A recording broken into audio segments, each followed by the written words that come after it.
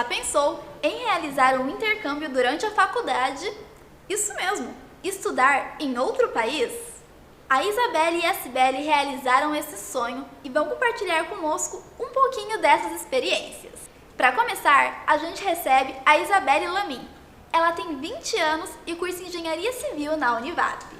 Em 2019, no terceiro ano da faculdade, ela passou um semestre em Portugal, na Universidade do Porto, através do programa de intercâmbio do Santander. Isabelle, como é que foi o processo de realização do intercâmbio através do programa do Santander Universidades? O meu processo para conseguir a bolsa foi o seguinte. Quando eu entrei na minha universidade, aqui em São José, na Univap, eu procurei saber de quais parcerias que a minha universidade de destino tinha com outras universidades. Porque muitos alunos não sabem que na sua própria universidade que você está cursando, existem muitas parcerias. Então eu fui pesquisar e descobri que tinha o programa Santander. Então primeiro eu peguei o edital, vi todos os critérios, como eles contabilizavam a nota dos alunos que iriam se inscrever no processo. Então eu fui listando e elencando tudo que eu precisava fazer e que poderia me ajudar a conseguir a bolsa, que a partir de então passou a ser meu sonho.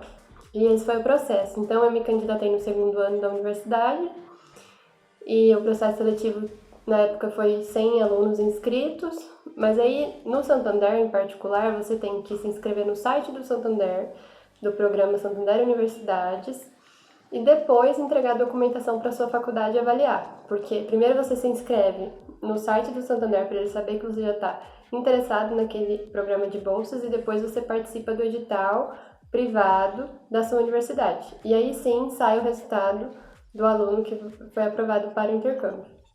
Quantas bolsas e de que tipo o programa oferecia no ano em que você se candidatou para o processo seletivo?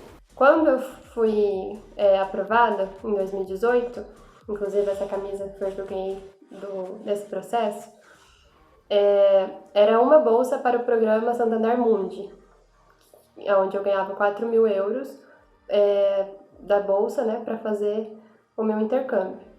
Além disso, nesse ano de 2018 também, tinham na minha universidade, né, 3 bolsas ibero-americanas, que eram 3 mil euros. Então era só uma bolsa Santander Mundia e 3 ibero-americanas. Mas isso também varia com a universidade. A diferença entre as duas, majoritariamente, é o valor da bolsa. E hoje em dia, em algumas universidades, não existe mais a bolsa Mundi, só a ibero-americana. Mas as duas te possibilitam ir para as mesmas universidades, porque o que vai definir quais são o leque de universidades que você tem são as parcerias entre a sua universidade de origem e as que ela tem convênio. E como foi a parte financeira do intercâmbio? A bolsa foi suficiente para cobrir as despesas com hospedagem, alimentação, transporte, entre outras? Com relação à bolsa, então, como eu já tinha dito, eu recebi 4 mil euros. Os 4 mil euros equivaleram a quase 16 mil reais, com o câmbio da época. E esse dinheiro é para tudo, era tanto para comprar passagem de ida e volta, para o aluguel que eu iria pagar para morar os 6 meses em Portugal, no caso, para me manter lá, enfim, fazer as refeições, para tudo, no geral. O dinheiro deu, sim, para tudo isso. Só que aí tem os pontos, né? Por exemplo, quando eu pedi a minha carta de aceitação da universidade, eu também solicitei um quarto no alojamento. Mas eu não tive a sorte de conseguir um quarto no alojamento porque já estava lotado, porque todo mundo quer o alojamento, que é muito mais barato. O aluguel do alojamento é metade do preço ou até um pouco menos do que os valores dos aluguéis, por exemplo, lá em Portugal, né? Eu falo tudo propriamente com relação à minha experiência no Porto. Então, o valor que eu pagava no aluguel do Porto, comparado ao valor do aluguel no alojamento, era bem mais do que o dobro, entendeu? Então, eu não tive essa sorte, muitas pessoas tiveram. Então, o dinheiro da bolsa deu, mas ficou, assim, bem apertado. As refeições na universidade tem um bandejão, no RU, que a gente conhece, que são baratas também, servem almoço e janta. Lá também era barato, porém, na onde eu fiquei, eu preferia cozinhar.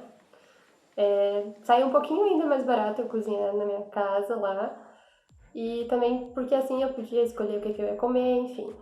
Tudo vai do gosto de cada um e da disponibilidade do tempo também. Então, assim, o dinheiro da bolsa foi realmente para comer, morar lá, pagar a ida e volta da minha viagem, enfim, para gastos assim, bem básicos mesmo. Agora o restante de viagens era tudo por minha conta. E essa parte da viagem merecia um episódio só pra ela, gente. Em resumo, a Isabelle nos contou que o turismo lá em Portugal é muito mais barato do que aqui e que com uma carteirinha de estudante de lá, ela conseguia vários descontos. E sobre esse tema de intercâmbio na faculdade, o Felipe nos enviou através das redes sociais a seguinte pergunta: qual é a parte mais complicada? Isabelle, você pode contar pra gente qual foi a parte mais complicada pra você? Que foi mais complicado? Eu diria que foi depois que eu soube que eu tinha conseguido a bolsa. Então, essa parte é super importante. E assim, não vem um manual pra você. Quando você é aprovado a sua bolsa, não vem um manual pra você, faça isso, isso, isso. Não, você tem que correr atrás de tudo. Então, por isso eu falo pra vocês que isso é super importante e foi a parte mais complicada. Muito legal, porque você tá nos preparativos, você tá ansioso pra chegar à viagem, mas você tem que tomar muito cuidado pra que você não se atrase. Isa, muito obrigada por compartilhar conosco um pouquinho dessa experiência tão maravilhosa. E, gente, a Isabelle está super disposta a falar sobre o assunto. Quem quiser saber mais sobre o tema, é só chamar ela nas redes sociais. E agora é a vez da Cibele compartilhar um pouquinho pra gente sobre como foi a experiência dela com o intercâmbio na faculdade. Ela tem 21 anos e cursa jornalismo na Univap. Em 2019, no 4º ano do curso, ela passou 2 semestres também em Portugal, mas dessa vez foi no Instituto Politécnico de Leiria. E não, a Cibele não foi pelo programa do Santander. Bora conhecer também essa história. Cibele, conta pra gente, como foi o processo de realização do seu intercâmbio? Bom, eu posso dizer que esse processo teve 3 etapas. Primeiro, teve o diálogo entre eu e a Univap. Depois, teve o diálogo entre a Univap e o IPL.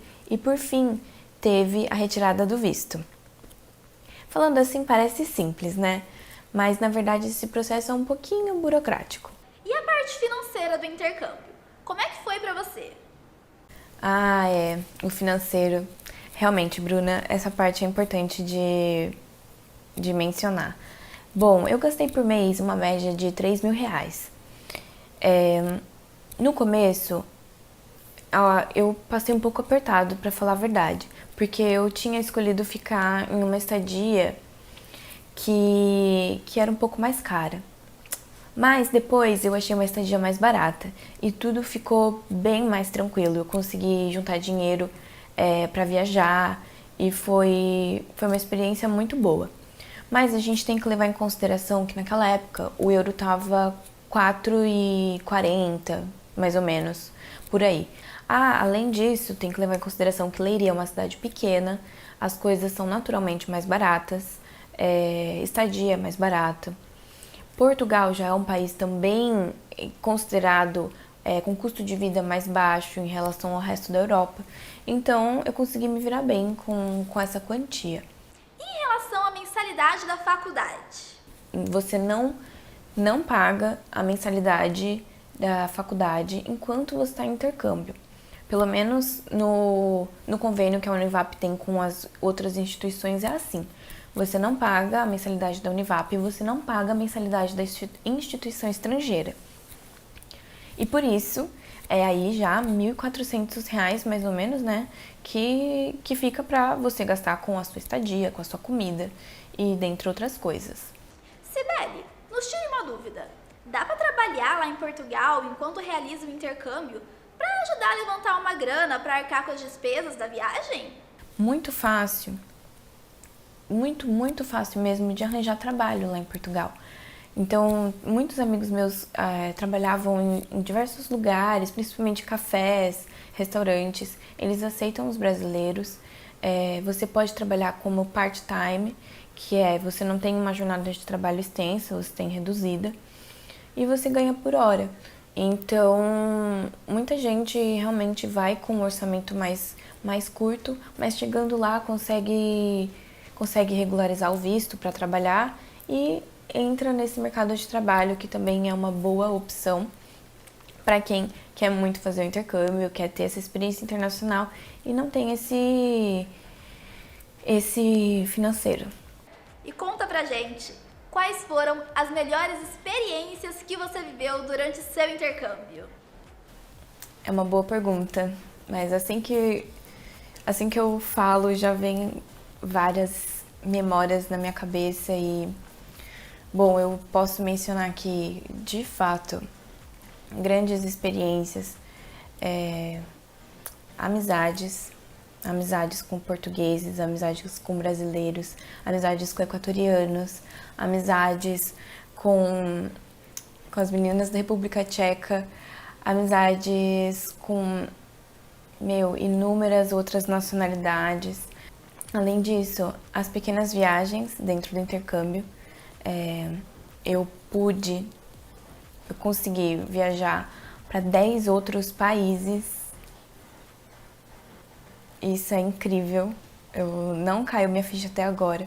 É bom mencionar que as melhores experiências não são feitas de momentos perfeitos. Elas são as melhores porque realmente elas são um equilíbrio entre momentos maravilhosos e experiências ruins também. Porque são nessas experiências ruins que a gente cresce. Então, nas minhas melhores viagens aconteceram coisas horríveis, como eu fui furtada, levar meu celular, mas isso me fez crescer porque eu aprendi a me virar na cidade sem mesmo o celular. Precisei perguntar, enfim, me virar em outra língua, né, que é o espanhol, porque isso aconteceu em Barcelona. Eu escrevi um livro depois que eu voltei e foi o meu TCC e eu pretendo publicar esse livro. Então, são ali tão experiências, tão olhares, coisas que eu realmente cresci como pessoa e como jornalista. E é uma prova de que o intercâmbio como um todo é uma grande experiência que muda a sua vida. Eu não tenho dúvidas disso. A Maria Luísa enviou através das redes sociais a seguinte pergunta sobre intercâmbio: como conseguir lugar seguro para morar? Sibeli, você pode contar um pouquinho sobre como você escolheu a sua moradia, por favor? Eu tive um pouco de receio de fechar essa estadia à distância, então eu acabei optando por ficar em um flat, em um hotel chamado Casulo. Assim, eu acabei fechando o contrato com o Casulo e como eles só tinham um quarto vago entre março e julho, eu ainda precisei achar algum lugar para ficar em fevereiro. E por sorte, meu irmão tem uma amiga que mora em Lisboa hoje e ela faz parte de um grupo no WhatsApp de meninas brasileiras que estão em Portugal. Nesse grupo, alguém postou lá que tinha um quarto vago em um apartamento em Leiria, de meninas brasileiras que estavam lá fazendo mestrado. Foi assim que eu consegui o quarto para ficar em fevereiro. Falando de preços, para vocês terem uma noção, o quarto na casa compartilhada com as meninas era 145 euros, mais as despesas de água, luz, né, energia no geral, internet e gás. E essas despesas, né, divididas entre todas as meninas, dava 20 euros para cada uma, mais ou menos, entre 20 e 30 euros. Então, tendo aí uma média de 165, 170 euros por mês. Agora, no Casulo, eu pagava no quarto 290 euros, mais a energia, que dava 30 euros, mais ou menos. Bom, por fim, eu ainda estendi o intercâmbio E tive uma terceira estadia no segundo semestre, que foi um quarto maravilhoso. Eu mesma fui procurar os quartos e acabei fechando com esse senhorio. Ah, senhorio é o nome que eles dão para os donos dos apartamentos. Por quê? Acontece que as meninas brasileiras, elas alugaram o apartamento inteiro e elas que decidiam quem ia alugar os quartos, né? Então, para eu alugar um quarto lá, eu fui falar diretamente com as meninas. Agora, o que acontece muito em Portugal é o próprio dono, que é o senhorio, ele mesmo aluga cada quarto. Então, meio que não tem muito, que eu não tive muito contato com os outros integrantes da casa, foi diretamente com o senhorio. E por fim, esse último quarto foi maravilhoso, cama de casal, super confortável, era 10 minutos andando da faculdade e perto de uma avenida super principal e cheia de coisas necessárias para o dia a dia. Além disso, era pertíssimo do mercado, tipo 3 minutos do mercado, que eu super gostava também. Enfim, foi maravilhoso esse quarto. E aí, esse foi 200 euros por mês, mas era tudo incluso. Agora, a dica que eu dou pra vocês eu acho que vale a pena primeiro ir pra Leiria, ficar em um hostel, e aí sim você visita os lugares, conhece pessoas, vê com mais clareza todos os quartos, todas as opções, e depois fecha contrato ou não. Eu diria para não pegar um quarto com contrato, porque se der ruim, se você não se der bem com as pessoas da casa, você pode mudar tranquilamente. Como escolher? Eu acho que o mais adequado é escolher o quão mais perto da faculdade, melhor, porque você vai precisar ir para a faculdade todos os dias. Agora, se a sua faculdade for longe do centro, seria legal ter aí um lugar no meio do caminho, porque você tanto ir para a faculdade quanto para o centro. Tudo depende do campus que você vai estar. Isso falando de Leiria, mas eu acho que isso se aplica para as outras cidades. Se você for para uma cidade grande, o meu conselho é ficar perto de uma estação de metrô. Ou ponto de ônibus, coisas assim. Eu acho que antes de você mudar, você tem que ver essa logística de como vai ser o seu dia a dia e o que mais se aplica para favorecer o seu conforto nesse dia a dia. Uau! Muitas dicas! Eu adorei! E acho que o pessoal de casa também. Muito obrigada, Isabelle e Cibele, por terem participado desse episódio. E para encerrar o episódio de hoje, a gente deixa um pensamento de Fernando Pessoa.